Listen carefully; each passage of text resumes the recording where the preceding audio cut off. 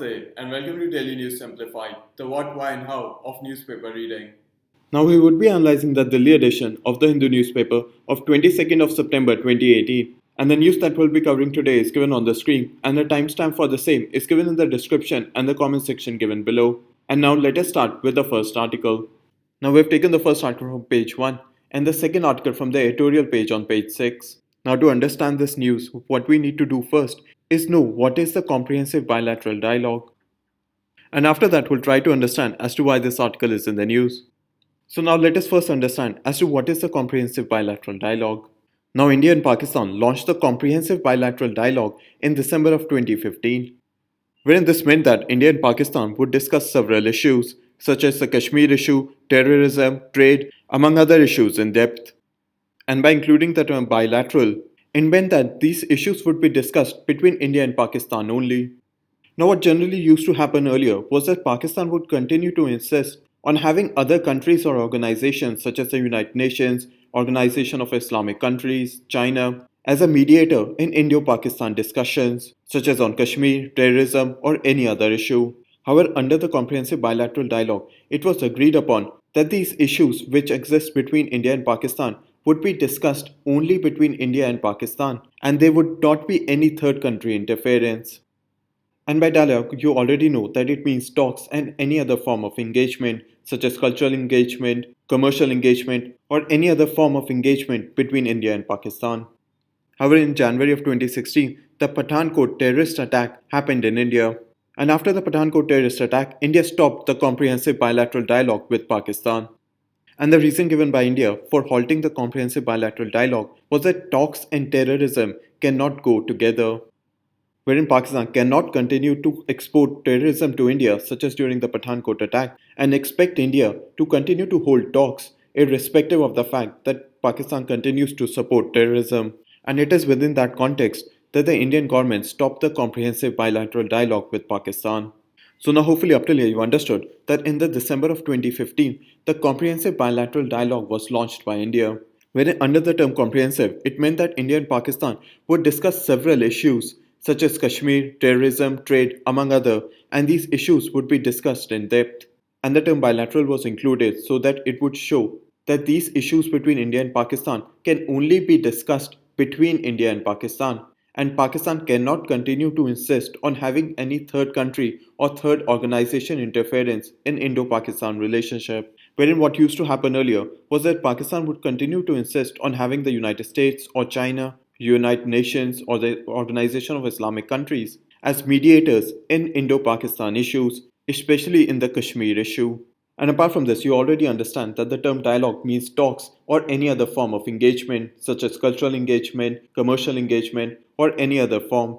Now, this comprehensive bilateral dialogue was halted by India in January of 2016 after the Pathankot terrorist attack, wherein India had said that Pakistan cannot continue to support and export terrorism to India and then expect India to continue to hold talks. And it was in that context that India halted the comprehensive bilateral dialogue.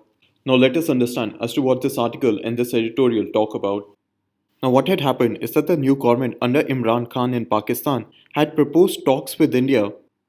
Now what had happened is that the United Nations General Assembly session is going on in New York, and the new government under Imran Khan in Pakistan had proposed that India and Pakistan can hold talks on the sidelines of this assembly session, wherein both the Foreign Minister of Pakistan and the Foreign Minister of India were supposed to be present in this assembly session of the United Nations. And therefore both the countries on the Foreign Minister level can hold talks on the sidelines of this assembly session. And on 20th of September, it was said that India had agreed upon to hold talks with Pakistan. However, what happened yesterday was that India rejected to hold talks with Pakistan. And the reason given by India for this rejection was that talks and terrorism cannot go together, wherein India has raised objections to the glorification of terrorist Burhan Wani by Pakistan, wherein what has happened is that Pakistan launched a series of stamps that glorify the terrorist Burhan Wani. And apart from this, there are continuous attacks on India's security forces by Pakistan in Jammu and Kashmir region. And it is within that context of first agreeing for the talk and then rejecting it that the author in the editorial has raised a concern as to why there was an overnight flip-flop on holding talks with Pakistan. Wherein according to the author in the editorial, the reasons given by the government that talks and terrorism cannot go together with respect to the glorification of Burhan Wani by Pakistan and the continuous attack on Indian security forces, wherein according to the author in the editorial, these reasons have always existed even before the government agreed to the talks. Now you have to understand that various sections of the Indian government have said that India actually did not agree for the talks and it was misquoted by the Indian media, wherein according to the various sections of the government, they said the government is only considering of agreeing to the talks with Pakistan and they did not formally agree to hold talks with Pakistan. So now hopefully up till here you also understood the focus of the editorial, wherein what had happened is that the new government under Imran Khan in Pakistan had proposed talks with India, wherein what is currently happening is that the United Nations General Assembly session is being held in New York. And in this session, the Foreign Minister of Pakistan and the Foreign Minister of India are going to be present. And the Pakistani government proposed talks between the Foreign Minister of both the countries. Now it was said that India agreed upon the talks with Pakistan on the 20th of September. However, on the 21st of September, on the very next day, India rejected to hold talks with Pakistan. And the reason given by India to reject talks with Pakistan is that talks and terrorism cannot go together. Wherein what had recently happened was that Pakistan launched various stamps that glorified the terrorist Burhan Wani. And apart from this, Pakistan also continues to attack Indian security forces in the Jammu and Kashmir region. Now, the editorial in this context has raised a concern as to why there was an overnight flip flop to first agreeing with the talks and then rejecting it on the very next day. Wherein the author in the editorial has raised the concern that the reasons given by India for the rejection of the talks, such as the glorification of Burhan Wani and attack on Indian security forces, had existed even prior to the government of India agreeing for the talks. Now, various sections of the government of India have said that India did not actually agree to hold talks with Pakistan, and what they actually did was agree to consider talks with Pakistan, and it was misquoted by the Indian media that they are going to hold talks with Pakistan. So now hopefully up till this point you have understood as to what is the comprehensive bilateral dialogue, and apart from this you have also understood as to what has happened in Indo-Pakistan relationship in the past 2 days. Now with regards to your UPSC syllabus, the comprehensive bilateral dialogue and the current engagement between India and Pakistan would be placed in GS paper 2 within the section International Relations and within the subsection India and its neighborhood relations. Now questions are asked in prelims examination with regards to various bilateral mechanisms that India has with other countries, such as the 2+2 dialogue that India has with the United States, Japan and Australia, the special partnership agreement that India has with Afghanistan. And it is within that context that you should understand with regards to your prelims examination that the comprehensive bilateral dialogue is mentioned in the context of India, and as you already know, the correct answer to this would be Pakistan. And so now with this, let us move on to the next article. Now we have taken this article from page 3. Now the first thing that we'll try to understand from this article is the features of the National Rural Drinking Water Program, and we'll understand these features from the perspective of your prelims examination. And the second aspect that we'll try to understand from this article is the reasons for the lack of implementation of this program in the state of Odisha. Now before starting in understanding the various features of the National Rural Drinking Water Program from the perspective of your prelims examination, what we'll do first is understand on how government initiatives and government schemes are asked within the prelims exam. So if you take a look at the prelims examination paper of 2018, a question was asked on the Pradhan Mantri Kaushal Vikas Yojana, wherein the first aspect that this question asked was the implementing agency or the ministry of the Pradhan Mantri Kaushal Vikas Yojana. The second aspect that it asked was the purpose of the Pradhan Mantri Kaushal Vikas Yojana. And the third aspect that it asked was a unique feature with regards to the Pradhan Mantri Kaushal Vikas Yojana. Now the correct answer to this question is C, 2 and 3, wherein the Pradhan Mantri Kaushal Vikas Yojana is the flagship scheme of the Ministry of Skill Development and Entrepreneurship. Now moving forward, if you take a look at the prelims examination paper of 2017, wherein this paper had asked the various objectives of the National Nutrition Mission, wherein the correct answer to this question is A, 1 and 2. Apart from this, in this question, the implementing agency of the National Career Service was asked, and in addition to the purpose of the National Career Service. In addition, a question was asked as to the purpose of the Unnat Bharat Abhiyan, wherein the purpose of the Unnat Bharat Abhiyan is to connect institutions of higher education with local communities. And lastly, if you take a look at the prelims examination paper of 2016, it had asked the purpose of the Uday scheme, which was to provide financial turnaround revival of power distribution companies. Apart from this, it asked for the purpose of the Rashtriya Gramin Abhiyan, and the correct answer to this question is C, to eradicate the practice of manual scavenging.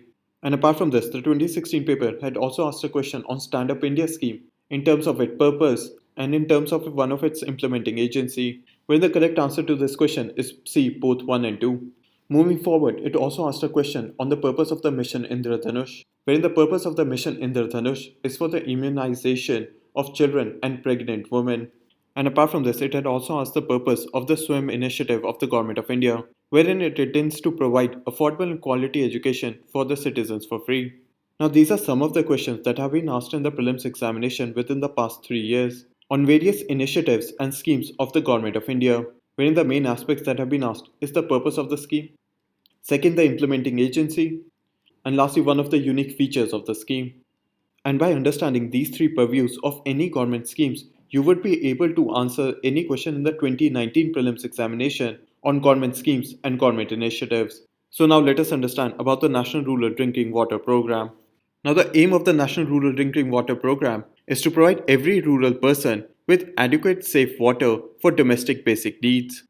And this safe water has to be provided to every rural person with established quality standards, wherein the safe water to every rural person has to have convenience of access in all times and in all situations. And this water has to be provided so as to ensure a sustainable basis.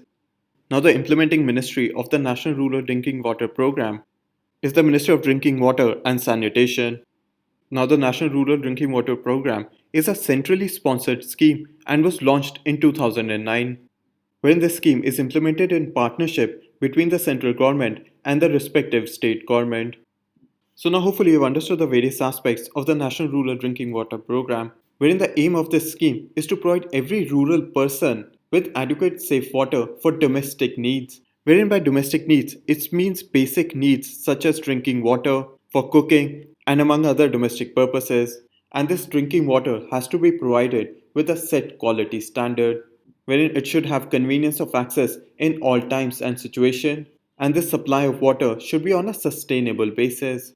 Now, the second aspect of this scheme is that the Ministry of Drinking Water and Sanitation is its implementing ministry, and this program is a centrally sponsored scheme and was launched in 2009 and is implemented in partnership between the central government and the respective state government. Now you have to understand that this scheme was launched in 2009 and the questions that are being asked in the prelims examination is of schemes that have been launched in the recent past, wherein most of the schemes that have been asked in the previous 3 years have been launched after 2014. However, hopefully up till here you've understood the various features of the National Rural Drinking Water Program. Now let us understand the various reasons for lack of implementation in the state of Odisha. When the first reason given in the article is that the digging of tube wells in the state of Odisha has been without any scientific survey, and this led to dry wells being established in the state of Odisha. And this is because the digging of tube wells was done without any scientific survey as to whether digging in this particular area would actually lead to water or not was not undertaken, and this led to the formation of various dry wells in the state of Odisha. The second reason given in the article is that there was delay in the release of funds by the Odisha government, and therefore the CAG has said that there was a mismanagement of funds with regards to this scheme in the state of Odisha. And the third and the last reason given in the article is that there was a slow pace of execution of this scheme on the ground level. So now hopefully you've understood the various reasons for the lack of implementation of the National Rural Drinking Water Program in the state of Odisha. Now with regards to your mains examination, this scheme and its lack of implementation in the state of Odisha would be placed in GS paper 2 within the subsection Welfare Schemes for Vulnerable Sections and the performance of these schemes. Now, a question for practice is consider the following statements on the National Rural Drinking Water Program, and the correct answer to this question would be given in the end section of this video. And so now with this, let us move on to the next article. Now we have taken this article from page 9. Now what has happened is that the Border Security Force of India has opened up a hotline in New Delhi so as to talk to Pakistani rangers who are the Border Security Force of Pakistan on the India-Pakistan border. Now there are two things that we need to understand from this article, and we need to understand both of these articles from the perspective of your GS paper 3 within the section Security and within the subsection Security Challenges and their management in border areas. Now the first aspect that we need to understand is to the reason why the BSF needed to open a hotline in New Delhi so as to talk to the Pakistani rangers. Now what happens in Jammu Kashmir, in particular on the line of control, is that any calls from India to Pakistan after 10 pm is barred in Jammu and Kashmir. And what had recently happened is that the Border Security Force that was stationed in Jammu wanted to talk to their counterparts, the Pakistani Rangers, across the border. However, they were unable to talk to them because all calls to and from Pakistan was barred after 10 pm in Jammu and Kashmir. And therefore, to overcome this situation, a hotline is being established between the BSF headquarters in New Delhi and the headquarters of Pakistani Rangers in Islamabad. And therefore, this is one point that you need to understand from this article with regards to your GS paper 3, wherein BSF from India and Pakistani Rangers from Pakistan are going to form a hotline between their respective headquarters in Delhi and Islamabad so that they can communicate with each other in emergency situations along the international border between India and Pakistan, and thereby leading to effective management in border areas. So now hopefully you've understood the first aspect. And the second aspect that you need to understand is the difference between the international border between India and Pakistan, the line of control, and the advanced ground position line. Now if you see this image, there is a black line which divides the Indian Jammu and Kashmir from the Pakistan occupied Kashmir. Now this line is known as the line of control. Now the length of the India-Pakistan border is of 3323 kilometers or 3323 kilometers. Now this 3323 kilometers includes the LoC. Now the line of control is a de facto border. Now the de facto border means that it is the actual border but is not officially recognized as an international border by India. Now prior to the Shimla Agreement, this border was known as the ceasefire line, and it was only after the Shimla Agreement was signed that this border came to be known as the line of control. Now there is one primary difference between the international border between India and Pakistan and the line of control. Now the international boundary between India and Pakistan is guarded by the Border Security Force or the BSF, while the line of control is guarded by the Indian Army. Now hopefully up till here, you have a pictorial understanding of the line of control. You also understand as to why is it called the de facto border, how LoC got its name, and what is the difference between the international boundary between India and Pakistan and the LoC. Now another aspect that you should understand. Now from this image, the LoC ends here, and this point is known as NJ9842. Now the boundary beyond this point delves into the Siachen Glacier. So let us understand this boundary also. Now if you see this image, the LoC ends at this point, and this yellow line defines the actual boundary at the Siachen Glacier. And this boundary ends at this point called Indira Col. And this boundary is known as the Advanced Ground Position Line. Now hopefully you also have a pictorial understanding of the boundary at the Siachen Glacier, and you also know from where it begins and where it ends. So hopefully if a question is asked in your prelims or your mains examination as to the difference between the international boundary between India and Pakistan, the line of control, and the advanced ground position line, you would be able to answer. So now hopefully you've understood the difference between international border, LoC, and the advanced ground position line.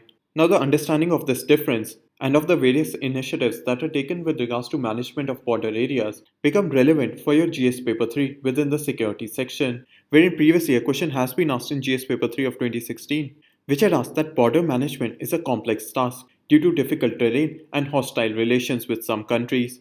Elucidate the challenges and strategies for effective border management, wherein this article itself highlights one challenge with regards to India-Pakistan border and also gives the strategy for its effective management. And therefore it is within that context that you should keep in mind when articles appear in the Hindu newspaper or the Indian Express or any other paper that you follow with regards to new initiatives or new problems that occur in management in border areas. And so now with this, let us move on to the next article.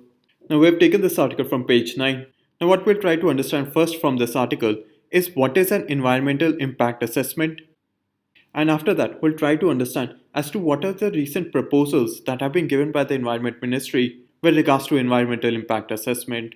Now environmental impact assessment forms a particular part of your GS paper 3 within the section environment and within the subsection environmental impact assessment. Now questions related to environmental impact assessment have been previously asked in your mains examination, wherein the first question was asked in GS paper 3 of 2014, which had asked that environmental impact assessment studies are increasingly undertaken before a project is cleared by the government. Discuss the environmental impact of coal-fired thermal plants. And in similar terms, a question was asked in the GS paper of 2016, which had asked that the rehabilitation of human settlements is one of the important environmental impact which always attracts controversy. Discuss the measures suggested for mitigation of this impact while proposing major development projects. Now, the basic understanding as to what is environmental impact assessment is very important with regards to your mains examination because related questions on environmental impact assessment have been regularly asked. And so now with this, let us first understand as to what is environment impact assessment. Now, India's environmental law required project developers to submit themselves to an environmental impact assessment, wherein what happens is an independent agency, which is commissioned by the project developer himself, would see the likely environmental impact of the proposed project. Now, let's say a developer is building a highway. Now, the first thing that the project developer would do with regards to its environmental impact assessment is to hire an independent agency to see the likely impact of this proposed project, wherein the various likely environmental impacts of forming a highway is the cutting of trees, whether if it crosses through any forested area or any other form. Now, the second aspect that you should understand is what is the purpose of an environmental impact assessment, wherein an environmental impact assessment assures that mitigation measures are being undertaken to minimize any form of adverse impact on the environment due to a development project. When if you again take a look at the example of the highway, the purpose of this environmental impact assessment would be that there is a minimum impact of the formation of this highway on the environment around it, and therefore this report assesses as to what will be the impact of this project on its surrounding environment. And after that, this report gives various mitigation measures that need to be undertaken so as to minimize this adverse impact of this project on the environment. Now, the last conceptual understanding about an environmental impact assessment that you should understand is what is the role of government in this process. Now, what happens is that various development projects are either cleared or rejected, meaning if they're cleared, they're also given several guidelines that they need to follow, or if they're rejected, they're given the reason as to what guidelines they have crossed over. And these projects are cleared or rejected by an expert appraisal committee, which is either from the central government or the state government or the district authority. Now, which project goes to which authority depends upon the size of that project, wherein if the project has gone to the central government, then an expert appraisal committee from the central government would form an assessment of that project as to whether it violates the environmental guidelines or not, or whether it would have a major adverse impact on the environment or not. And it is on this basis that this committee would either clear or reject that project. And even after clearing that project, this committee would also give several guidelines that are required to be implemented by the project developer. Now, apart from this, the Environment Ministry also ensures that the various companies are also complying with the environmental laws and norms.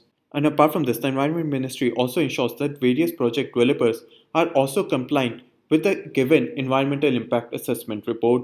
So now hopefully you've understood the basic concept with regards to environmental impact assessment. So now let us understand as to what has been the proposed change with regards to environmental impact assessment. Now what has happened is that the Environment Ministry is currently understaffed to be efficiently undertaking environmental impact assessment throughout India. And therefore the Environment Ministry has proposed to allow national level research organizations such as the Indian Institute of Technology and various accredited agencies the compliance of companies with environmental clearance conditions.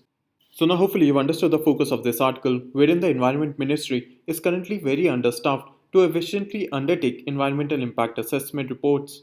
And therefore the Environment Ministry has proposed to allow national research organizations such as the IITs and various accredited agencies to monitor compliance of companies with environmental clearance conditions.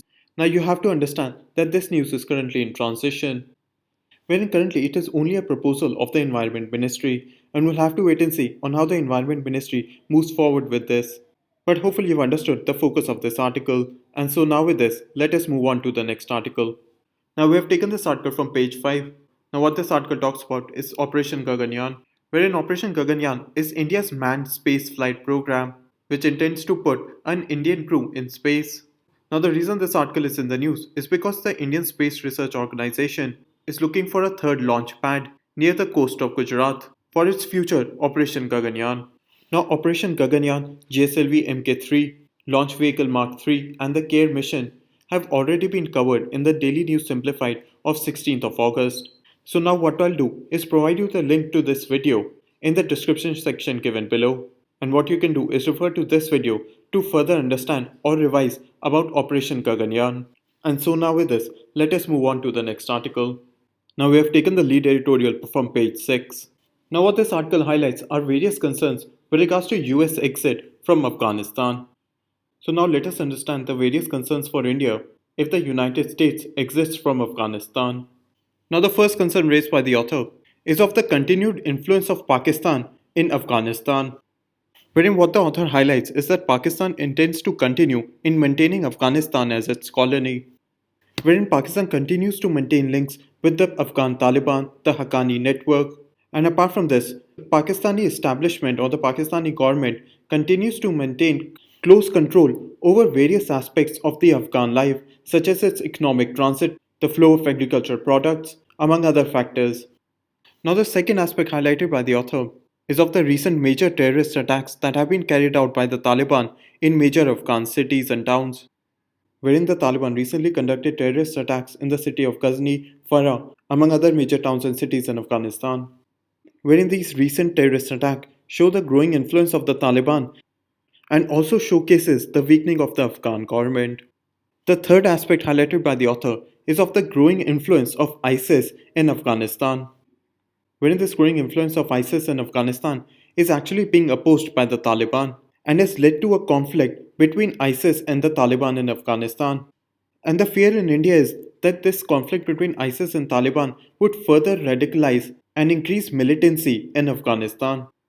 Now, the fourth point highlighted by the author is that all the major players in Afghanistan, including the United States, Russia, China, Pakistan, and Iran, are engaging in talks with the Taliban, wherein this talks with Taliban is opposed by India, wherein India continues to maintain the stand of not having a good terrorist or good Taliban and a bad terrorist or bad Taliban, wherein what the major powers have done is that they have divided the Taliban into what are called the good Taliban and the bad Taliban, and they're holding talks with what they consider to be part of the good Taliban. But according to India, the whole of Taliban is a terrorist organization, and there should not be any form of differentiation between what may be a good terrorist or a bad terrorist. Now, the fifth point highlighted by the author is of the US inability to target terrorists in Pakistan, wherein the United States continues to rely on Pakistan to ensure its supply to its soldiers in Afghanistan. And because US continues to rely on Pakistan, it has been unable to target terrorists within Pakistan. And apart from this, any form of withdrawal of US aid to Pakistan has also shown no impact in Pakistan's ability to control Pakistan-based terrorist organizations. And the sixth and the last concern raised by the author is that the United States under Donald Trump may withdraw from Afghanistan without actually stabilizing Afghanistan. So now hopefully up till here you've understood the six main concerns that have been highlighted by the author Vikram Sood, who was the former ambassador of India to Afghanistan with regards to the speculated exit of the United States from Afghanistan. Now the first concern raised by the author is of the continued influence of Pakistan in Afghanistan, wherein what the author is arguing is that Pakistan intends to maintain Afghanistan as a form of its colony, wherein Pakistan continues to maintain link with the Taliban and the Haqqani network. And apart from this, the Pakistani government or the Pakistani administration continues to control various economic aspects to Afghanistan, such as the flow of agricultural goods, apart from the transit of international goods from Afghanistan, apart from various other aspects. The second concern raised by the author is that there has been a recent increase of terrorist attacks by Taliban in major cities and towns in Afghanistan, such as the recent attack in Ghazni, Farah, among other cities, wherein these recent terrorist attacks show the strengthening of the Taliban. And apart from this, it also showcases the weakening of the Afghan government in ensuring security in Afghanistan. The third aspect highlighted by the author is of the growing influence of ISIS in Afghanistan, wherein what has actually happened is that the Taliban is actually opposing ISIS. However, this conflict between ISIS and Taliban may actually end up increasing the instability in Afghanistan. Now, the fourth concern raised by the author is that all the major powers in Afghanistan, such as the US, China, Russia, and Iran, intend to conduct talks with the Taliban. However, this initiative of conducting talks with the Taliban is actually being opposed by India, wherein what has happened is that the major powers have divided the Taliban into a good Taliban and a bad Taliban, and they're trying to conduct talks to whom they consider to be the good Taliban. But according to India, the whole of Taliban is a terrorist organization, And therefore, according to India, there should not be any form of differentiation between a good terrorist and a bad terrorist. The fifth concern raised by the author is of the US inability to target terrorists within Pakistan, wherein what has happened is that the US continues to rely on Pakistan for the transit of equipments, troops, and other forms of good to its Afghan bases. And it is this US reliance on Pakistan due to which it has not been able to target terrorist organizations within Afghanistan. And apart from this, the US withdrawal of aid from Pakistan has also shown no impact on Pakistan's ability to control Pakistan based terrorist organizations. And the sixth and the last concern raised by the author is that the United States under Donald Trump may actually withdraw from Afghanistan without actually stabilizing Afghanistan. And an unstable Afghanistan would be a major security concern for India. So now hopefully you've understood the various concerns for India if the United States exits from Afghanistan. Now a question has been asked in GS paper 2 in the year 2013, which had asked that the proposed withdrawal of the International Security Assistance Force is fraught with major security implications for the countries of the region, examined in light of the fact that India is faced with a plethora of challenges and needs to safeguard its own strategic interests. Wherein you can try to answer this question by highlighting the various challenges and the needs to safeguard India's strategic interest with regards to US speculated exit from Afghanistan. And now with this, we come to an end in the analysis of today's newspaper. Now before moving on to the question for today, let us first understand on how you can be able to make notes from DNS videos with the help of the transcripts that are provided by YouTube. Now one way for you to make notes from Daily News Simplified or DNS videos is to first open a DNS video on a laptop, and after that click on the last option which contains three dots, and the transcripts for the video would be opened. Now you have to understand that these transcripts are provided by YouTube, and there might be some videos on which the transcripts might not be provided. And we as authors of these videos do not have any form of control on the transcripts that are provided by YouTube. So there might be some videos on which transcripts are provided and on some videos it might not be. So now after the transcription box has been opened, select all the text and copy it. And after that you've copied the transcript for a particular video, you can paste it in MS Word, Notepad or any other similar formats. So now you also have to understand that you would need to edit this transcript after pasting it in MS Word or any other format. However, this is one of the ways that you can make online notes from DNS videos. And apart from this, the topics that we cover in Daily News Simplified or DNS videos are also covered further in depth in the Focus magazine. And so now with this, let us move on to the question for today.